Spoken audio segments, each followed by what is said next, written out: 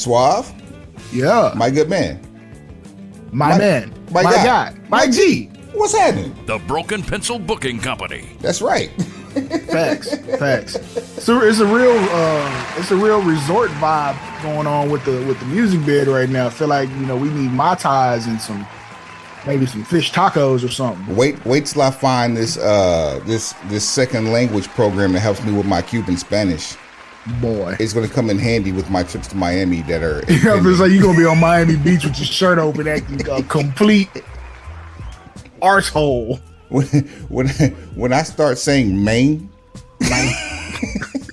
you gonna be an Opalaka like Razor Ramon? I will not be an Opalaka. Man, come on, bro. Put your chains on. Go get back to the youth, baby. I'm too light skinned and my hair is too short to pull that off. Even though I get confused every time I go down there. It's cool. That would be the greatest cosplay photo shoot ever. To dress up like Razor Ramon, go to Opalaka and do a photo shoot. Fam, it's amazing how many younger Latin women speak to me in Spanish when I go to the patronized businesses on over here on the East Coast. You blend well. Speaking of your trips to Miami, I'm gonna need some type of angel investor paperwork or something. I'm not gonna miss this train. Let's talk. Yeah, I'm not missing any investment opportunities going forward. Speaking of investments and angels and gang and all things money, Mr. Ron Murray, Price just went up. Gang certified. You keep flooding the inbox with invitations for greatness, and you will continue to be great. The man's a miracle worker. We'll see how great of a miracle worker he is if his latest coup is actually cooed. I mean, he's already he's like super gang. Did you know that Luka Doncic has the highest points per game average in conference finals history in the NBA? I did not know that. Am I surprised by that? I just found that out today, and that is similar rarefied air that Ron Murray belongs to. Nice tie-in. I appreciate that. Oh, and yeah, as far as since we're recording, what day and time is this? Oh, it is Thursday, May 23rd. Yeah, our Lord. Yeah, our Lord. I said, yeah, our Lord. Yeah, our Lord. 20 and 20. 4 for 4. Would you like fries with that, sir? Yes. Dipping sauce for your nuggets, pause. Yes. And I'm going to go with the OG. Going with ketchup. Okay. Natural, no sugar added. So on that day, we are currently up 1 on the Minnesota Timberwolves. Well, we going Sizzler. We going Sizzler. No disrespect to Free City. No disrespect to DJ Juice. No, none whatsoever. This is, it's a friendly fade. Oh, speaking of friendly fades, both of those fellas just informed me yesterday that as of yesterday, SummerSlam will not only be 2 nights in 2026. I'm sorry, 2026. It will. I thought it was 25. I believe it's 2026. No, it's 25 in Tennessee. It's 26 where they are. Exactly. It will be in Minneapolis, Minnesota. That's vibey. A summer vibe in Minneapolis. If you've never been to Minneapolis, it's a treat. I am not. To go when it's not snowy is more of a treat.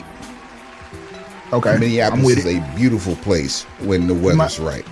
We might have to make that happen. Get some frequent flyer miles in. Let the church say, "Hey, man." Yes, indeed. I believe we have so much going on right now that there's only but one thing to do, and that's to play a game. Hey, You know who ain't gon' win. You know who ain't gon' win. You know who ain't gon' win. You say that bitch again. I know who ain't gon' win. You know who ain't gon' win. You know who ain't gon' win. We say that bitch again. One, two, three. Get your tail out. One, two, three. Get the fuck on. One, two, three. Get your tail out. One, two, three. Get the fuck on. Hey, that's kind of live right there. I like that. Sponsor coming soon. Long overdue. Real sponsor coming soon. I told you I fix fights. That the ink is still drying. When everything is official, it'll be announced here, and you'll see the branding coexisting with the gang colors. And the gang colors will have more gang colors. Ron Murray's going to be proud of this one. I promise you. It's fantastic. We have not one, but two. I still call them pay-per-views. One's a premium live event, but we have two events this weekend. This special Saturday, wrestling events. Actually, this Sunday, we have in Las Vegas AEW Double or Nothing. But this Saturday in Saudi Arabia, we have the Queen, because inclusion matters. The Queen of the Ring premium live event. Why does this matter? Because the Queen of the Ring and the King of the Ring will both be crowned in Saudi Arabia on this premium live event. So peep this. You know what? And I always give a lot of flack when this person is available, but it also feels like really, really almost like a letdown because this person is not involved in the tournament, because Charlotte Flair is nowhere around this. This would have been earmarked for her. I wholeheartedly believe it, because it would have supported the gimmick. In a lot of ways, it would have, and it sets up for, as long as it's injury free, it sets up for a hell of a comeback and the setup for next year's King and Queen of the Ring PLE. One would think, but I figure whoever wins this tournament is probably going to have a ready-made feud once Charlotte's medically cleared. But I still think that to put that stamp on her career, that one is necessary. Queen of the Ring? More than anybody, she deserves that crown because of the work that she's put in and the legacy she's already left. She feels like the most prepared to carry that. And this is an era where, and I probably said this in season 1, how outside of maybe one or two people, there was no brand recognition.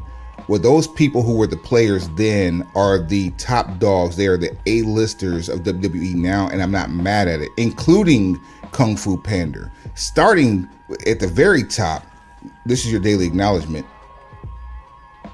Your tribal chief head of the table, Roman Reigns. Look, while we're on the subject, shout out to Roman for what's going to end up being an absolute first in far as the professional wrestling, hip hop, and sneaker culture. Him having his own Air Jordan 12. Now, the shoe that's been going around the internet is supposedly a predictive mock-up. We don't necessarily know what it's going to look like when it does release, but the fact that Roman Reigns has transcended enough culture in his run to, one, be a playable character on Madden, and then also have essentially his own themed Air Jordan 12 retro. A playable character on Madden with true football pedigree. Facts. Don't forget that aspect. Yeah, they didn't put Lesnar on the game. And he has. Lesnar played pro for the same team that I believe Roman played for. The Vikings. Roman was a Viking. Yep. Yeah, it's just, hey, look, say what you want to, but you gonna respect something. And it's gonna be our chief. First and foremost. Anything else doesn't matter. Our tribal chief and this pimping. And so there's so many more. Like we'll get into the tournament here in a second, but like the person who's earmarked, he's already in the finals, and we'll kick off the King of the Ring portion of this with this guy. The longest reigning Intercontinental Champion of all time at 666 days. I hate that number for him, but guess it doesn't matter. I almost think that number could have been planned out. Very well could have been. I mean, I still don't think it was the right person, but I get it. Yeah. But to remove him or remove the title off of him to prepare him for the King of the Ring. Like, when is the last time we had a King of the Ring with a bona fide main eventer at the time that he's going through the tournament, earmarked to win this tournament? With a bona fide?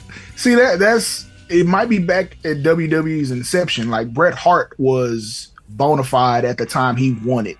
Again, when was the last time that's happened? Bret Hart, Randy Savage. I mean, hell, how cool? I'm only counting from the pay-per-view era. Like, you're adding people who, like, house show tournaments got crowned, and then you might have had one finals match on, like, USA on Primetime Wrestling or something. Yep, and for those keeping score at home and say Stone Cold Steve Austin, he wasn't a main eventer at that time. No, he was on the rise, but now he wasn't a solidified main eventer. He made his mark at the King of the Ring with the Austin 316. So Bret was one, then Owen was the next, so he wasn't there yet. Then 95 is Mabel, 96 is Austin, 97 is Triple H. They're all on the rise. 98 is Ken Shamrock, so that's a debatable. He wasn't in main. He had a main event pay-per-view match, but he wasn't like a mainstay. Right. 99 exactly. Is Billy Gunn. That was an experiment. 2000 was Kurt Angle. I don't think he was there in 2000. I think he's the King of the Ring from 2000. Let's see here. Because 2001, he's trying to repeat, and that's when Edge ends up winning it. And then 2002 is Lesnar, and that's like rookie Lesnar. This man is in his bag, y'all. I will wrestling knowledge. I will put Suave up against anyone when it comes to like running off the random trivial facts. I mean, there's a couple of things in life I do really well. This just happens to be one of them. All right. Kurt Angle was King of the Ring in 2000. Who did he defeat? Now that one, I can't tell you that one. Gang. Super duper oos. Rikishi? Yes, sir. That actually would have been my guess, but I don't remember that pay-per-view quite as vividly as I remember the other ones. Yeah, that's who he defeated. So yeah, you're definitely in your bag on that one, man. Great job. Great rundown. Very much. Didn't it stop being a pay-per-view in 2003? Somewhere right in there, because like Lesnar was one of the last ones. I think the last one was when did Lesnar win it? 2002? 2002, yeah. Then Booker T won it in 2004, but it wasn't a pay-per-view. I think it had taken a hiatus for a while. Because I think Booker T's run as king is like 2006. And that wasn't a pay-per-view either. Right, that's what I'm saying. It wasn't a pay-per-view. Damn, you're right. Oh, God. What's in his bag?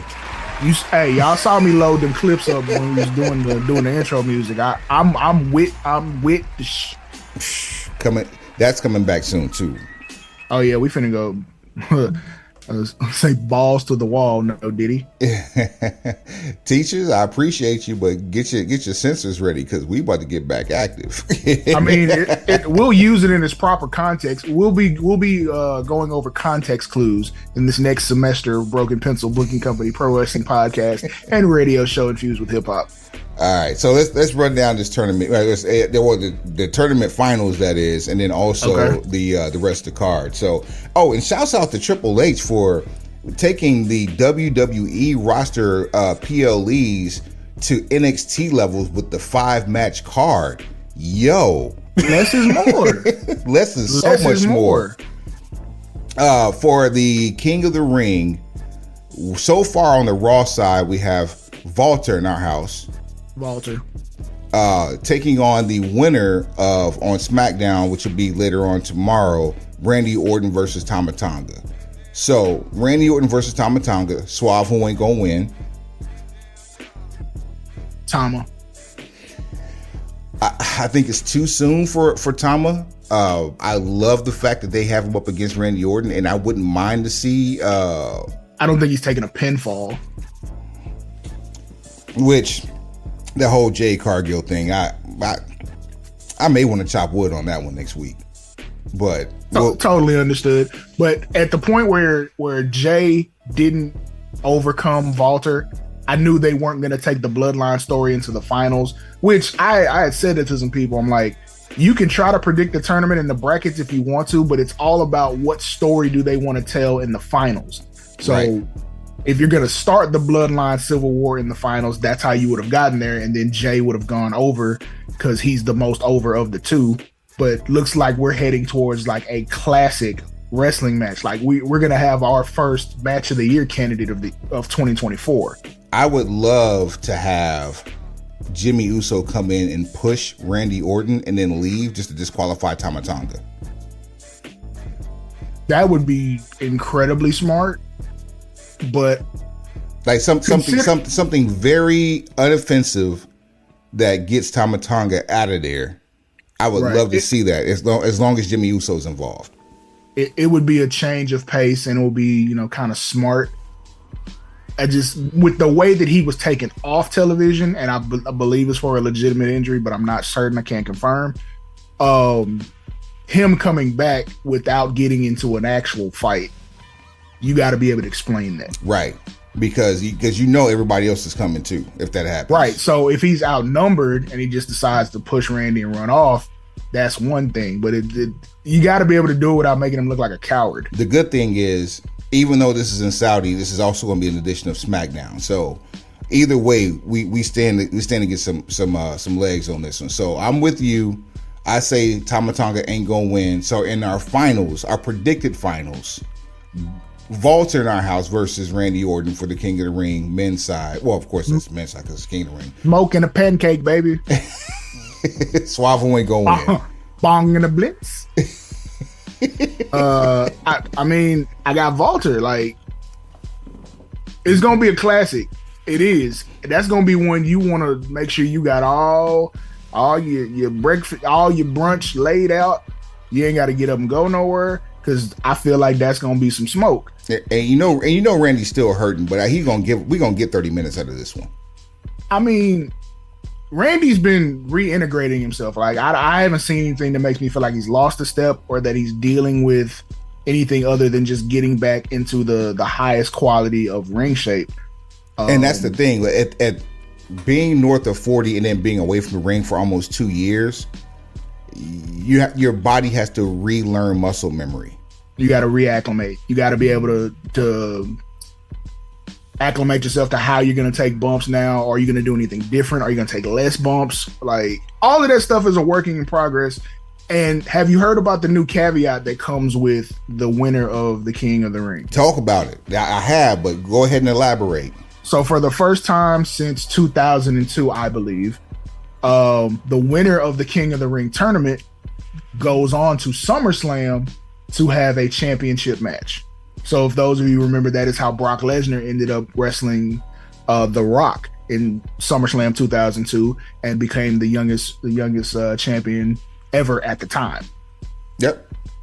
So I like the fact that Triple H is bringing back a situation where not only are you winning a tournament, adding an accomplishment or a resume point, but that resume point immediately cashes in to a main event situation at a Big 5 pay-per-view.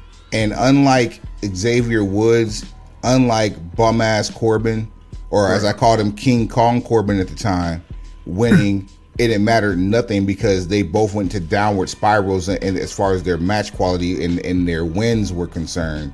Wade Barrett got a catchphrase out of it. The tournament means something again. I hate William Regal had got into that little issue right after he became King of the Ring because that was... I liked where that was going. Yep. Him shutting the lights off on the entire show and just like really going overboard as an authority figure. I thought that had potential because he's good at it. Yep. At any rate, we can't get back to past because there's so many things that we would change. But here we are in the future, and we know that Randy Orton ain't gonna win against Walter at King of the Ring. But him getting 15 would be dope. But it ain't. I don't see that happening right now. For the Queen of the Ring tournament, though. Whoa! Now that you mention it, Cody versus Randy at SummerSlam is money. That's money. So wait a minute. You see what I'm saying? Plot twist. You got to think these through. Sometimes it's about what is going to tell the best story as a result. So if I think Walter is untouchable at this point. He's built himself to be a monster, even though he's lost about 60 pounds since he's been in WWE. Right, he's bulletproof at this point. He's built himself to be a total monster. Just by talking smack, he was able to cut one of the best promos he's ever done in an empty arena on Monday Night Raw. So with Walter being on Raw, if he wins the King of the Ring, I don't think they give you the choice like Money in the Bank.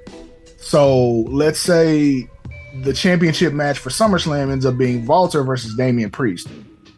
While I would like to see that, and I think it will be very good, there's no money. It's not the same amount of money. The money is not the same as opposed to going Randy versus Cody. So now that makes me even more excited to watch and see how that plays out. Man, you know what? You just sold me. I got Walter not winning. That's a cold lick right there. I mean, hey, look, this is why you tune into us, because we do the critical thinking. And Randy, this is a King of the Ring. This is actually a wrestlers tournament. Randy's might never been King of the Ring. And Randy has been labeled as a number of things throughout his career. Lazy, easygoing. My favorite, shouts out to Mark Henry, smooth. He's a smooth. He makes things look easy, and that could be misconstrued as being lazy, like the way that Stone Cold tried to label Dean Ambrose. I don't think Randy's ever been lazy. I just think he's just so gifted. He just makes it look like. I think time has proved Steve Austin to be correct about a lot of those assessments, though. Yeah, but no one. He never said that about Randy Orton. No. I was speaking about that one specific. Oh no, I'm with you totally. Yeah, I got Walter not winning.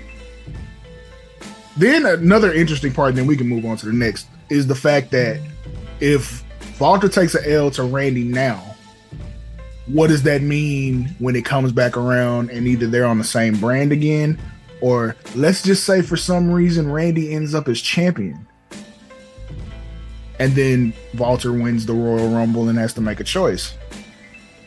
I'm finna go get my crown back, and I'm gonna take yours while I'm at it. Because no one said Cody has to carry the title in order to carry the company. I mean, he has to. I think he needs more than a 6-month reign, just based on the simple fact that this is the result of finishing the story. But how much more though? That's where it's like, hey, if you can't make this interesting, we ask this all the time. Yeah, you can do it, but how are you going to support it after you make this decision? Because sadly, if any brand could stand to have another champion within the WWE calendar year of Mania to Mania, it's SmackDown, because Chief carried that title for 4 years. And now you're starting to see life without Roman and how underwhelming it is. This stuff, everything that everybody naysayed about Roman needle mover thing, you see the effects of the no Roman effect is happening right now. And unfortunately, it's falling at the footsteps of Cody, and it's like it's not fair to put him in that position or hold him to that standard. It's like you having great matches, but there's no story as of right now that's carrying the title reign. It's like old school in your house. We got a new challenger every month. Because we'll talk about that later on with Cody as it affects to no story, because we'll come back to that. Yeah. So you know what I actually akin Cody's current run to? Shawn Michaels in '96. Where the boyhood dream is complete. So it's the whole finishing the story thing, and then he just goes on a run. He has great matches the entire rest of the year, but there's no real theme around these outside matches. of Bret Hart. What else did you have? Right, and he took a sabbatical, during that, and he didn't come back till Survivor Series, and Shawn lost to Sid at Survivor Series. So it great matches, no theme really carrying the whole story. And you know how that go. All right, for the Queen of the Ring finals. Yeah. Lyra Valkyria taking on the winner of Nia Jax versus Bianca Belair on SmackDown. So Nia Jax versus the EST, and the EST is injured. Suave, who ain't gonna win?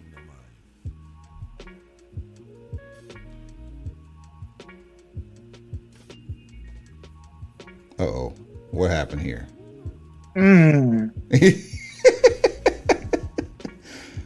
Bianca's not shoot injured, right? I think she is. Storyline injured? No, I think she's got a bad knee. I think she got a bum knee. All right, so in that particular case, Bianca. Oh no. She's not injured. She's pregnant. If she's pregnant, she ain't wrestling. Right. That's it. That's the thing. She's pregnant. Like I saw that rumor and I was like, she was in the ring right after this broke. Y'all tripping. Like at any point in time, you find out that she is with child, and if so, congratulations. Yeah, but at that point, you get yanked. You're not even gonna be at ringside. That's with homeboy. And mind you, it's speculation based off of a post that Montez Ford put on Instagram. Actually, it wasn't even a post; it was a bio update. I mean, that's cool, and it could be a typo, but at the same time, one, it's none of our business. Two, if it is, and they're making it our business, congratulations, and that's where I leave it. But if she is with child, in the interest of safety for all parties, she won't be wrestling. If there's a last minute substitution, Nia Jax is going over. And then at that point, you got to make a decision on, are you going to make a new star, or we finna try to get some money out of Nia Jax? Because I feel like, who's champ? Bayley? Yep. So you would be looking at SummerSlam Jax versus Bayley, or it would be Valkyria versus Bayley. Who's champ? Oh, no, sorry, no, Valkyria versus Becky. Valkyria is your queen in the ring. So whoever she's facing ain't gonna win. Whoever it is, simply because that's the built-in story.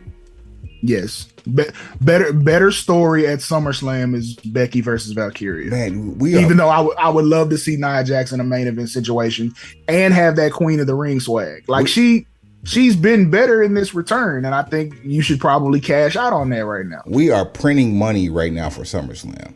Look, all I'm saying is there's a formula to this, and if you follow the formula, you usually end up where the money is. There's another phrase that goes with this, Suave, that I'm thinking about. For a nominal fee, soon to be a phenomenal fee, we will slice off some of this broken pencil knowledge and put it on your plate. Uncle Baby Billy, come home. This elixir, it cures the COVID. Kids COVIDs. Like it's multiple. Speaking of Becky Lynch, the champion, women's world champion, that is, taking on Liv Morgan. Suave, who ain't gonna win? Liv Morgan ain't gonna win. We just printed this bag. Like, come on, bro. Like the Liv Morgan revenge tour, I guess, is a cool little thing, but I think there's legs to this heel version of Liv Morgan. Don't know if it's going to change the in-ring product, but at least the character has some legs to it. No Decepticon, but Liv Morgan is rocking a purple flag. Say, man, they've been dropping all sorts of little hints that she been riding with Finn and walking out the same room as Dom. Yeah, I'm like, are they don't make her, the Judgment Day toss. She had a purple flag in her pocket on the episode of Raw, like tucked. Fam. And there are all sorts of Easter eggs, which is very cool. And you can kind of see where things are going to take a turn. I expect Damian Priest to probably be out of Judgment Day before we get to Survivor Series. Yeah, I totally agree with that. I don't think Carlito's going to be there either. I mean, Carlito might end up being the replacement. Not for Priest. That look like they tossing him to the side. I mean, you're gonna need a heavy hitter. Yeah, you need a hitter. Yeah. So Carlito might be a temporary replacement. I don't know who that hitter could be. We could do a mixtape at some point because Braun Breaker's gonna need some.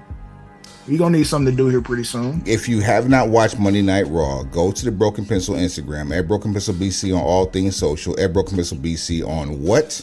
Everything. I posted a video. Oh my God. Braun Breaker taking on KO Dixon. Bam. Running around the ring at 23 miles per hour to give him the most god-awful spear onto the floor we have ever seen. I do not know how much he was paid for that, but it wasn't enough. They sent a bag to his hospital bed.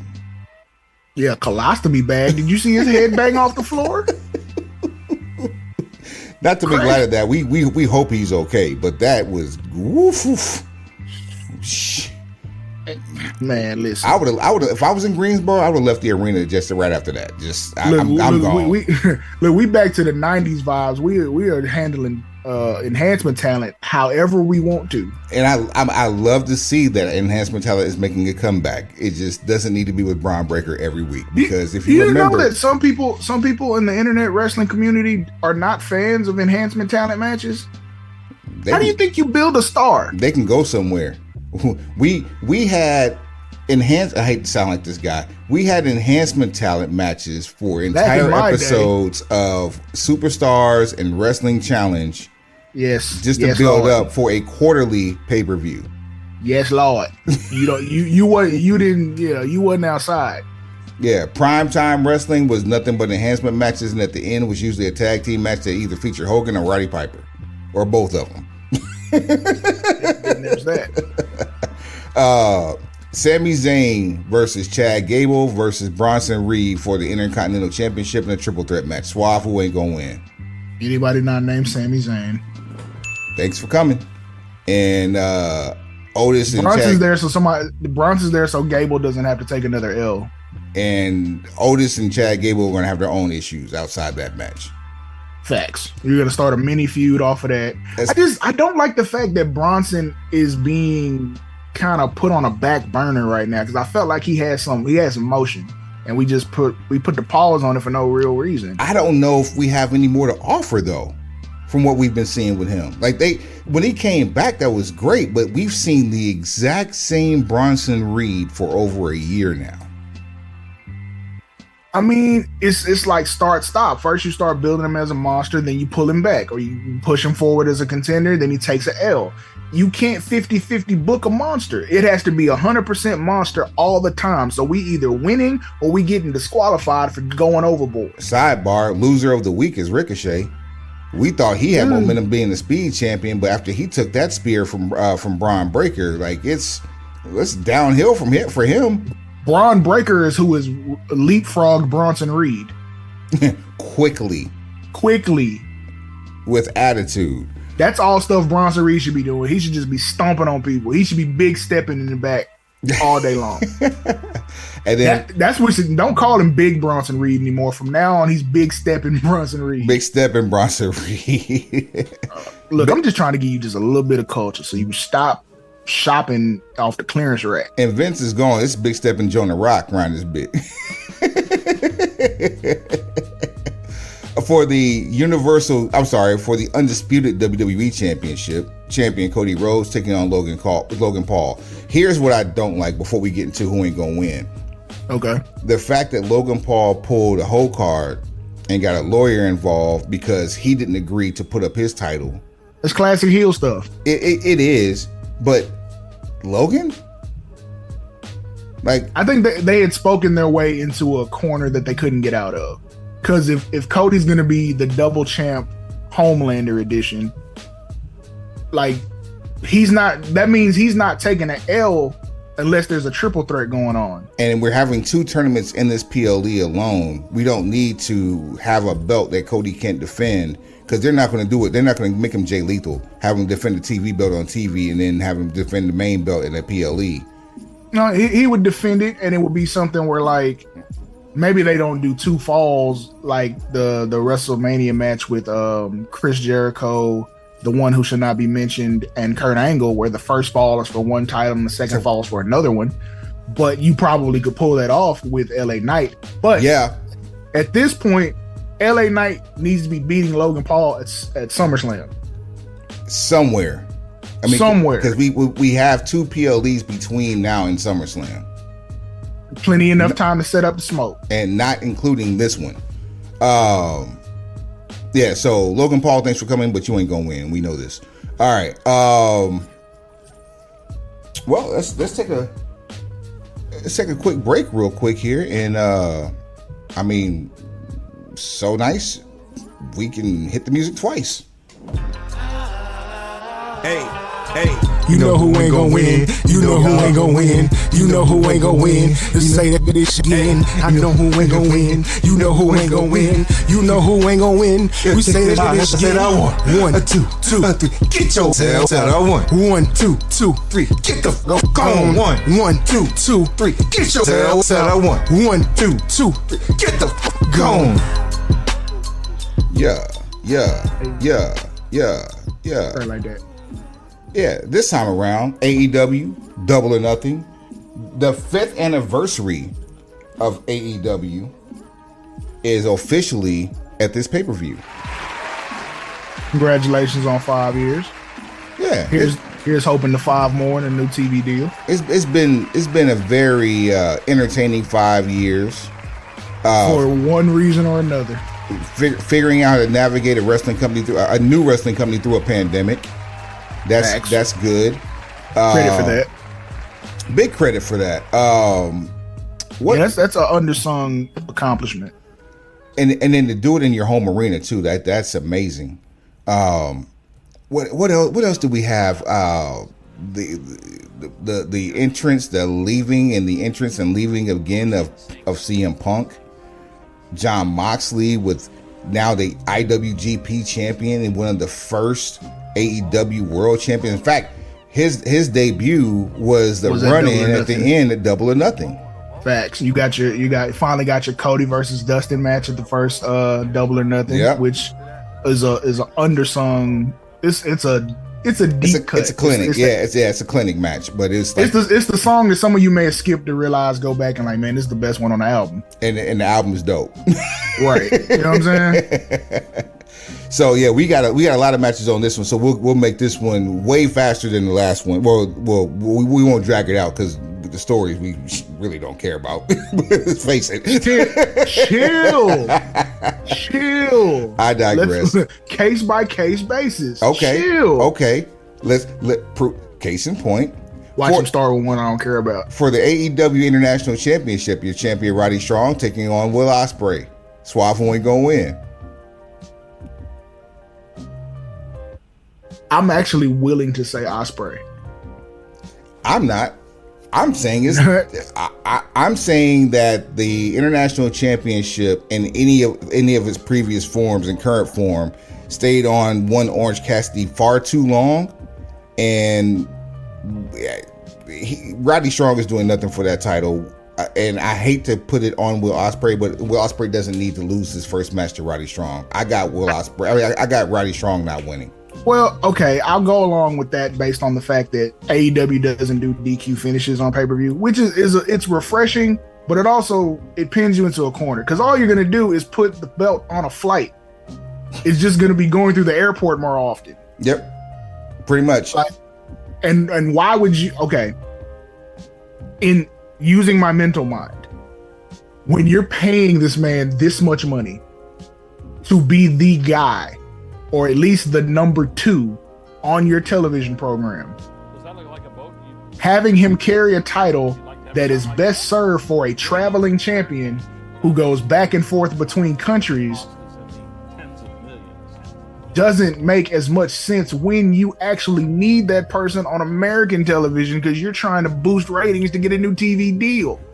It helps him for his family life, but then I also would like to present, in this case, Kazuchika Okada. You're a Continental Champion. You're Continental Crown Champion. Those two belts need to be fused. Thank you. And that's all I'm saying. If you got one that doesn't make sense, get this belt to Ospreay. Print your money with Okada versus Ospreay. Consolidate. Now, if that's what we're gonna do, okay. If we're going on a belt merging tour, now I'm with it. Strong ain't gonna win, so we crown Ospreay. Then we get the match with Okada. He beats Okada, and then we get the Intercontinental Championship. International. No. We take this all the way to Wembley versus Swerve. Put it in Wembley. Put it in Wembley. So now we fuse 3 titles. We get the AEW World Heavyweight Super Champion, and now we can live life. That's what you could do, because Triple A got the Mega Campeon. You could have a Super Champion. I'm just saying we need to consolidate some of these belts. There's too many of them out here just floating around. Too many participation trophies. So let's consolidate, and let's consolidate with titles that we control. Because you did it for the Continental Classic and made a Triple Crown that you couldn't keep.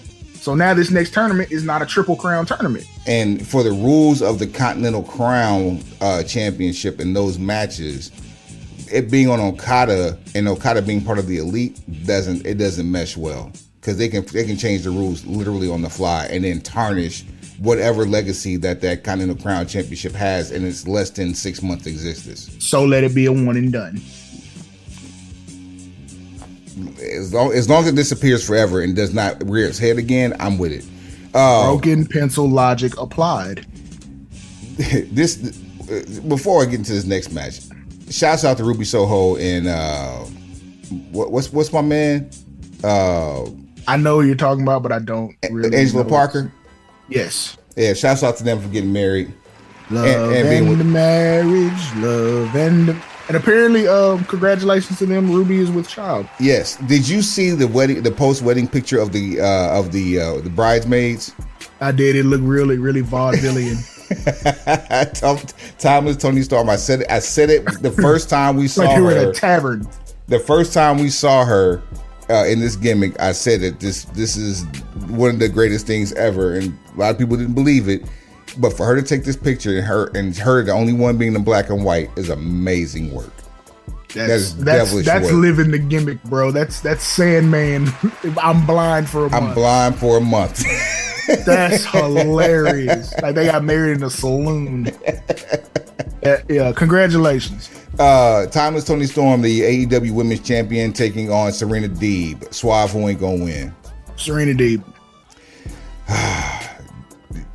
I hate. I want better for her, but this ain't. This time. ain't it. This ain't it. Not right now. Not right now. You don't have the roster intact right now to start a air quotes women's revolution with Serena Deeb just wrestling technical masterpieces. You just don't have that right now. You don't have this. One of the best stories on this card, possibly arguably the best story on this card, is this match here. Adam Copeland, the TNT champion, taking on Malachi Black. The problem I have with this is that this match for the TNT championship is a barbed wire steel cage match. I'm speechless. I got nothing. Number one, after what we saw on Dynamite, I got a feeling we're going to get Gangrel. It would be dope if we could get Christian Cage for just a hot second to jump out of character and get back into an old character to reunite the Brood. It won't happen. Won't make sense to do it. He got other stuff going on right now. He's not getting that. He's got a pretty big deal happening same night. So we'll get to him later on. It'd be cool if at some point before they all call it quits, you get the Brood as like the trios champs. That'd be dope. It'd be, it's a cool send off. Yeah, that'd be dope.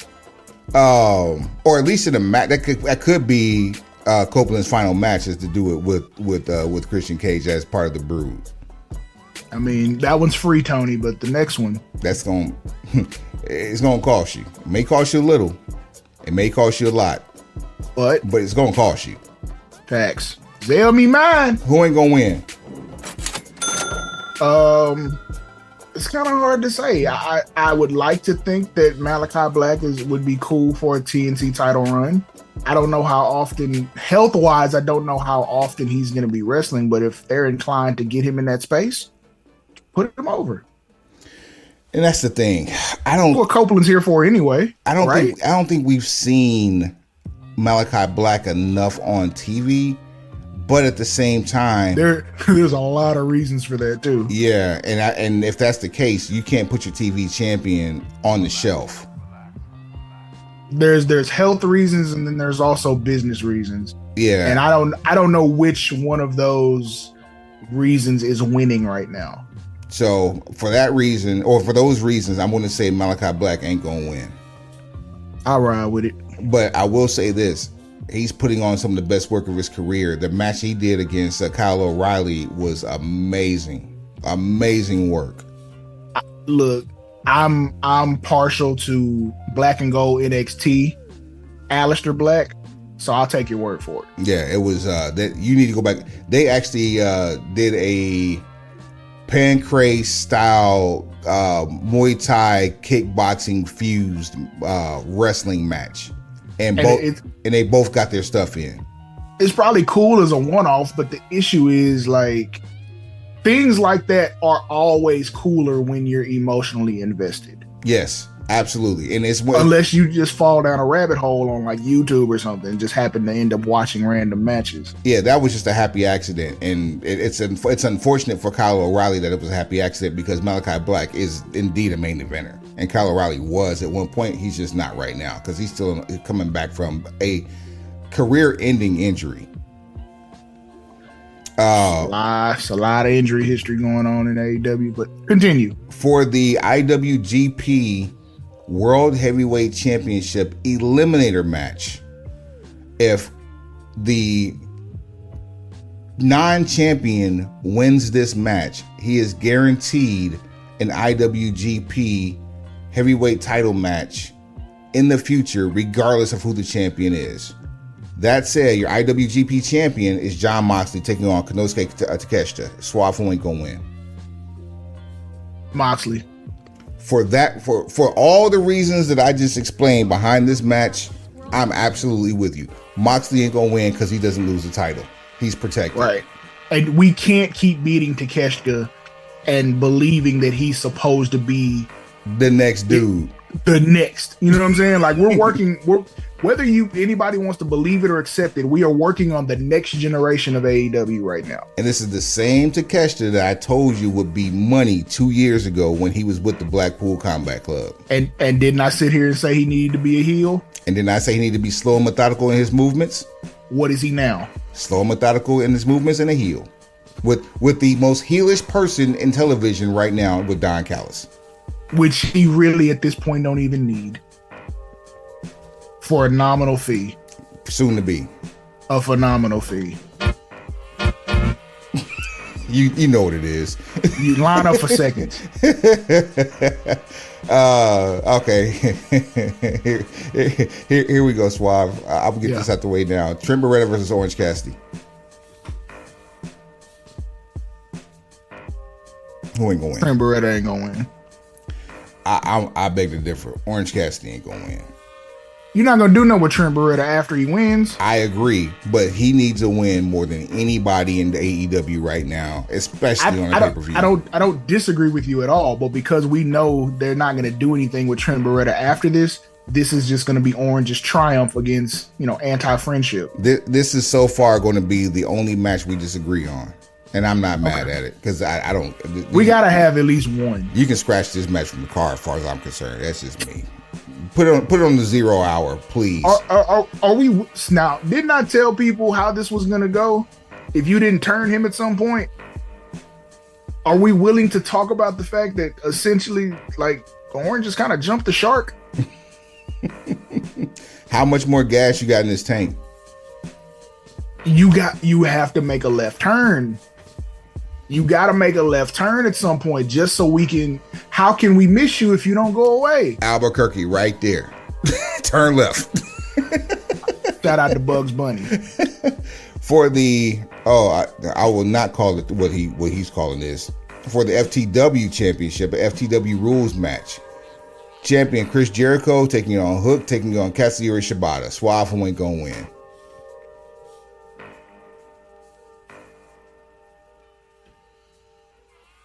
This needs to end, but it won't. Anybody not named Chris Jericho. This needs to end. I hate that I have to agree with you on this one. It absolutely it needs to end. It has to end. Anybody with any sort of clear thinking knows it should end. The belt is a novelty piece that belongs with the son of the creator, and then it needs to be put on a shelf permanently, never to be brought back again. Retire that belt for once and for all. Like I like Team Taz, but now that Hook is in the picture, get it home. Now, okay, there's the one caveat. If he's able to get Bill Alfonso with his new teeth and a Team Taz type setup, then I'll let you keep the belt. Right down the middle, daddy. If you can furnish me with those fixings, then you can keep the belt. It's an FTW rules match, man. Anything is possible. Where is Sabu when you need him? Why is Shibata in this match? Bring me Sabu. Get the homicidal, suicidal, genocidal Sabu up on the FTW rules match. I'm not gonna lie, if Bill Alfonso is physically able to, be in attendance and kind of have a short run with Hook, I would be 100% for it. Well, man, Rob Van Dam is semi-contracted. Let's get Rob Van Dam and Sabu to show up with Bill Alfonso to get the title back on Hook. Van Dam would have been a better situation for this, but hey, look, it's not my circus, not my monkeys. Van Dam would have been the learning tree for Hook, keeping it a whole buck. Saying, man, it's too easy. This needs to end. It's too easy. All right, this needs to end. Moving on from that one, the AEW Unified Trios Championships on the line with the Bang Bang Gang, Jay White in the Gun Club, or the Guns as they call themselves now, versus the returning, and I'm happy about this, Death Triangle. Yeah. Pac, Ray Phoenix, Penta El Zero Miedo. Suave, who ain't gonna win? It's hard to tell. Like, what's Pac's visa issue? And then are we still on like anti-Hispanic talent booking when it comes to them versus AAA talent? You mean CMLL? CMLL.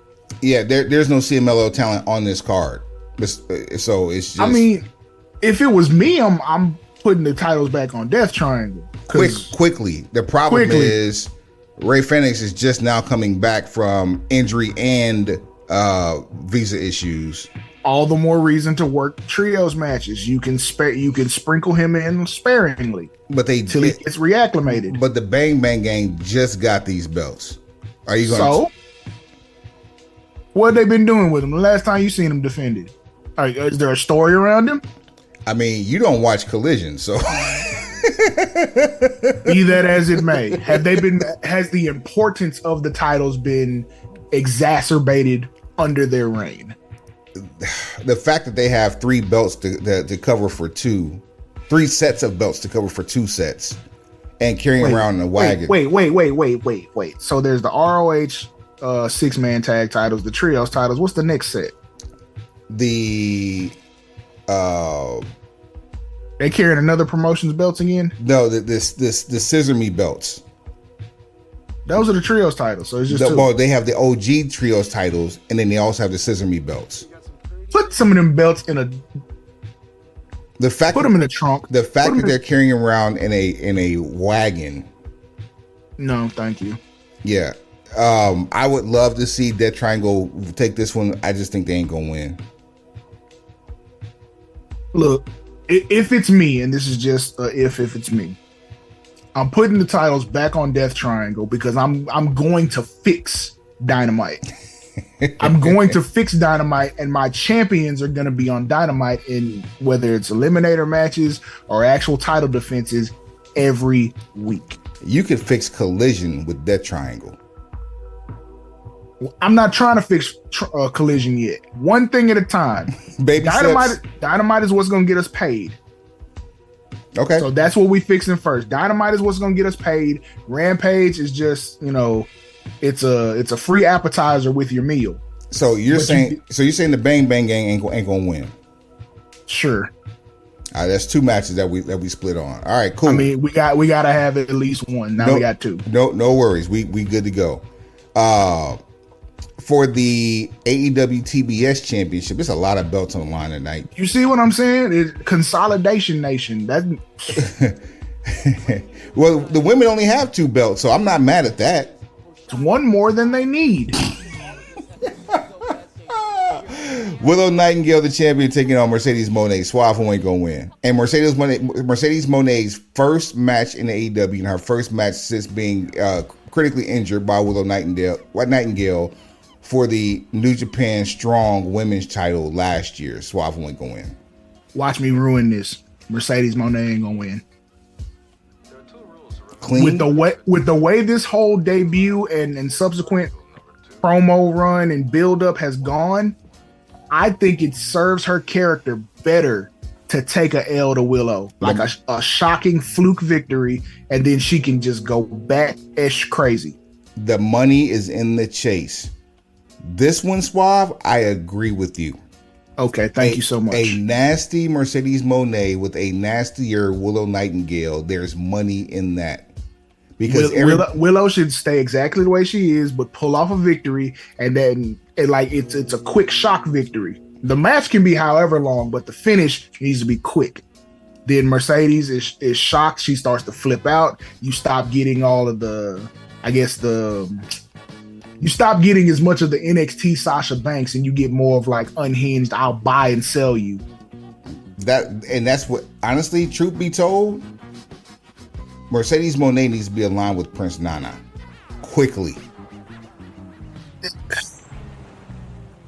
Because of the direction of Swerve Strickland right now and how well that has been working, I wouldn't cloud the water any more than it already is. Okay.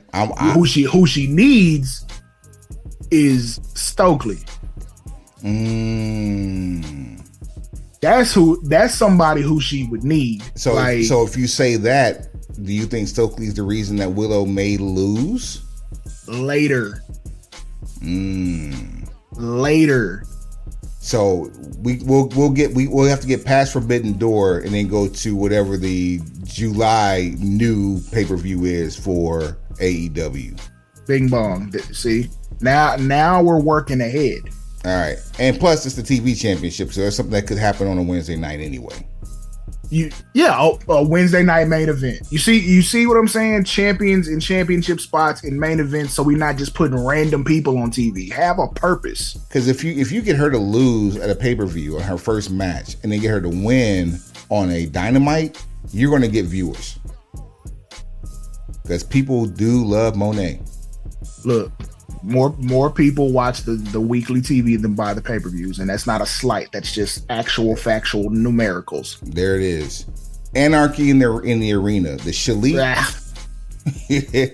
taking on Danielson, YFN, Darby, and FTR. So wait, they wait. I thought you told me Darby wasn't cleared. Well, apparently he is now because he looks like he's on the card. Fam, I'm glad he's in the match, because if you brought him back and he wasn't cleared and then you had to take him out of the match, you just wasted a return pop. So Darby's gonna have some type of crazy stunt. Darby almost set the arena on fire with a flamethrower Wednesday. We won't talk about that because he was pointing it down while it was lit, but whatever. Fam, I pray for the safety of everyone who is attending Double or Nothing Live, because now we know they're going to flash that warning on the screen about whatever happens, and because you bought a ticket, you signed up for it. So hopefully there's no flamethrower this time and no one gets set on fire who isn't supposed to. Darby's going to take another ridiculous stunt after being hit by a bus that came after diving through a plate glass. As Nick Jackson said, he got Final Destination by a bus. In New York City. That man is trying to unalive himself. Like he is Mick Foley, like 200 pounds lighter and 3 times crazier. I want to see Mick Foley. You know how they have like the Kermit and then Kermit with the hood. I want to see YFN Darby and Mick Foley in a mirror situation. I want to see them actually pay Mick Foley for an intervention. That's how I want to book. I want them to pay Mick Foley to come have an intervention with Darby Allin. With whoa. Uh-oh. There we go. That's better. What if they tried to shut us down? My bad. They tried to shut us down, Brody. Yeah. I would love to see that, and then him like naturally wearing the flannel, but talking in all 3 characters, even if he's not wearing the costume of all 3 characters. What you do is you break this into segments. So they would be pre-tapes. So one session he's sitting down getting counseled by Mick Foley. Well, no, there's intellectual property involved. Scratch that. That's the only guy you're going to be able to talk to. Possibly Cactus Jack, but Mick Foley, the person, is probably the only guy you're going to get to talk to. But I still like doing that in pre-tapes. But there's no IP on voices. Murky water. There is no IP on voices, but we're also in a generation that's creating AI, dance tracks. So I would play it safe and just be thankful. Be thankful if you can pay Mick Foley to show up and not get sued. That's fair enough. Keep the main thing the main thing. Fair enough. I'll take it. And then finally, the match we all care about. Why too? For the AEW World Championship.